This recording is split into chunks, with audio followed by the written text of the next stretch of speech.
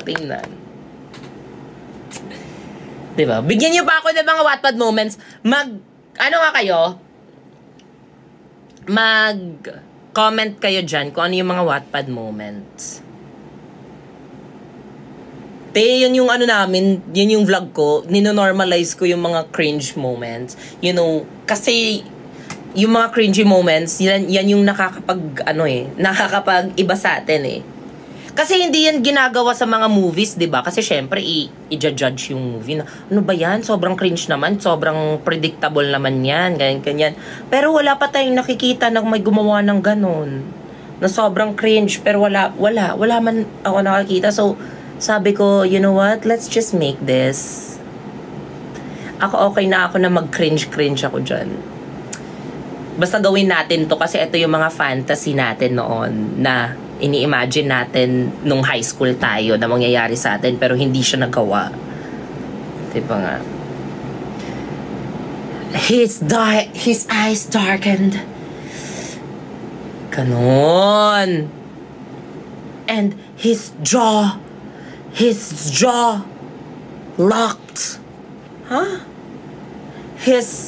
I can see the tension in his eyes. He pinned me up against the wall.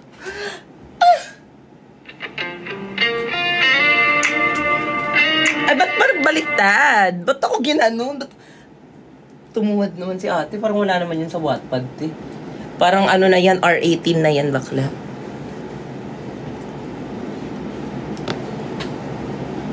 Diba? Ano pa? Ito cute to.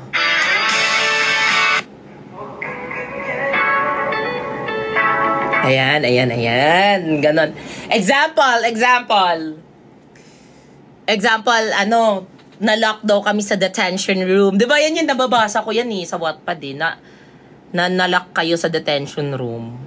Kayo dalawa na ano kayo, parang na-lock kayo kasi hindi alam ng janitor. Hindi alam ng janitor na andyan kayo sa parang sa detention room or sa storage room, ganyan. Sige, so ito yung nangyari. You guys are grounded. What, ma'am? Hindi naman ako yun. Both of you go to the detention room. Ganon. Okay. Syempre, andun na kayo sa detention room. Tapos nag-aaway kayo. Alam mo, ikaw yung may kasalanan nito eh. Kasi you're such a delinquent bad boy. What did you just say? Do you even know me? I am the owner of this school. Shut up! Alam mo, tumigil ka na. You shut up. Kakainis ka. Tapos biglang how many hours na? Hours na mga 5 hours na. Nalock sila sa pintuan. Bakla. Kasi gumabi na eh. So like nag-alarm na, nag-ring na yung bell. Finally, di ko na makikita yung pagmumukha mo.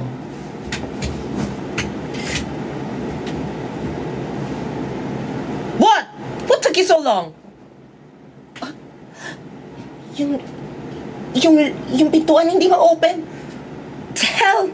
Move! Ganon. What the hell? Hoy! Nalock tayo sa detention room! This is all your fault! Damn it! Huh? Paano yan? Oh my God! Nalock tayo sa detention room! Tapos biglang sasabihin niya sa akin, well, I guess you're mine now. He whispered.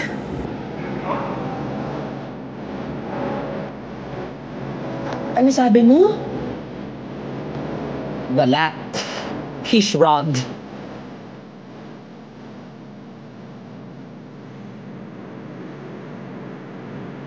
At that moment, the blood is rushing at my cheeks. What? Ano ba nararamdaman ko? Hindi ka pa din love sa bad boy.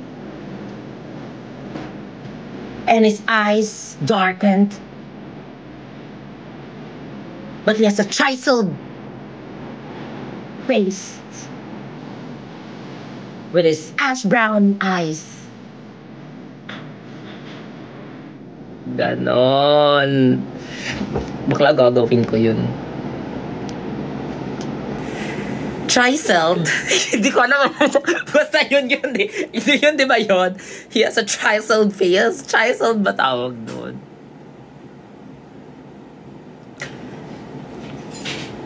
Hash brown eyes. Ash brown kasi, hindi hash brown. Chiseled? Bago na pala. Sorry. Iba kasi sa school namin eh. Iba yung pronunciation nun eh. Bago na pala. Yan na pala yung trending ngayon.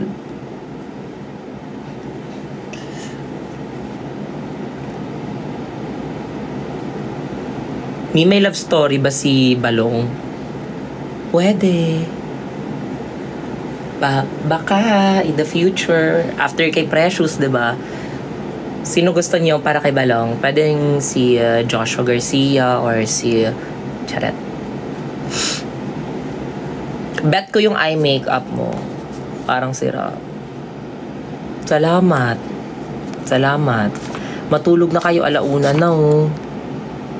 Spoiler ka naman, mi. Alauna means diluluar na bakla. Ano pa? Mag-suggest pa kayo dyan. Mag-suggest pa kayo ng mga Wattpad moments sa school na pwedeng ano. Yung suggestion nyo, gusto ko yung detailed ha. Yung example, yung ano mi, yung parang inano kanya sa locker. Ganon.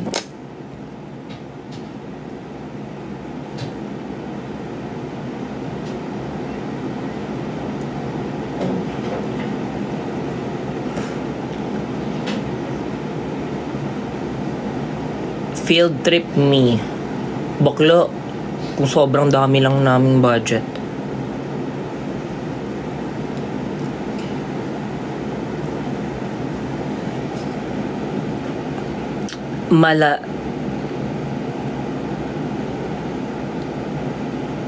One na pero plakado pa rin yung makeup niya. Syempre naman.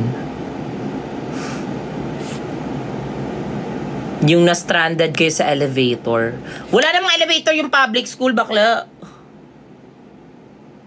Alam mo, yung maganda sa school na tinitikan namin is, meron kasi kaming ano, paiba-iba kasi yun ng school. Meron kaming public, meron private, ganyan. Tas may isang pinakamagandang school na pumayag, may swimming pool sila. Alam mo, like, ang dami kong na-imagine doon na scenes, yung swimming pool, yung sa Crazy Little Thing Called Love, yung nahulog siya sa swimming pool, tas umiyak siya. Sobrang nakakaiyak yun. Or, yung ano, yung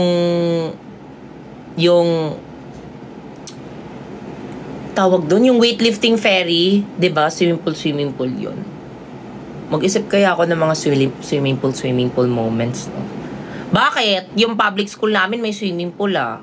Bakit? Fantasy ko na yan.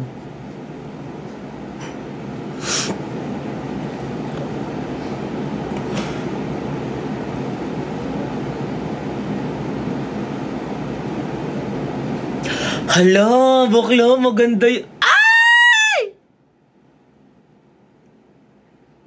Ay! Ay, binigyan mo ako ng idea. Tama ka dyan. Thank you so much for your idea. Hindi ko Hala, may naisip na naman ako. Kinikilig ako! Hala! Hala, may naisip na talaga ako. Happy GF Day. Baka naman may mag-post sa akin dyan, di ba? Paunahan na lang sa 3. Kung sino yung magpo-post sa akin na GFD. Kailan po ulit kayo magsushoot? Hindi ko pa po alam eh. Napapahinga pa yung mga tao ngayon. Sobrang proud ko nga sa kanila eh kasi hindi bawal pa pala sabihin. Kasi sobrang proud. Sobrang proud ko sa proud na proud ako sa kanila. For what they are, achieving right now. Yes, deserve niyo yan. Kaninong idea? Baka iba ipopost nila. Okay lang. Okay lang. Dapat nakaganto, no?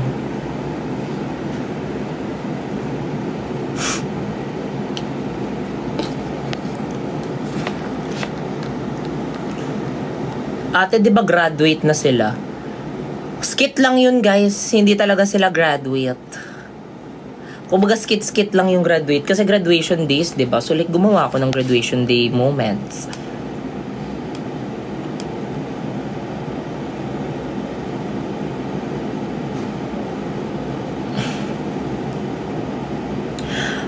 Alam mo, lakas maka Together the Series yung bonfire na yan. Pwede. Bonfire tapos campfire camp. Ay, alam mo yon yung parang camping sa school. Tapos hindi ka makatulog kasi madaling araw na, kaya nag-decide ka na mag-go na lang dun sa little campfire, sa little bonfire.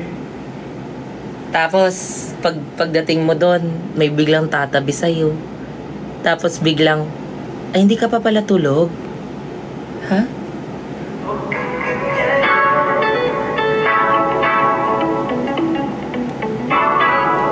Oy, sobrang cold kasi. Tapos ibibigay niya sa akin yung jacket niya. Oh, eto. Thank you. Ba't ka pagising?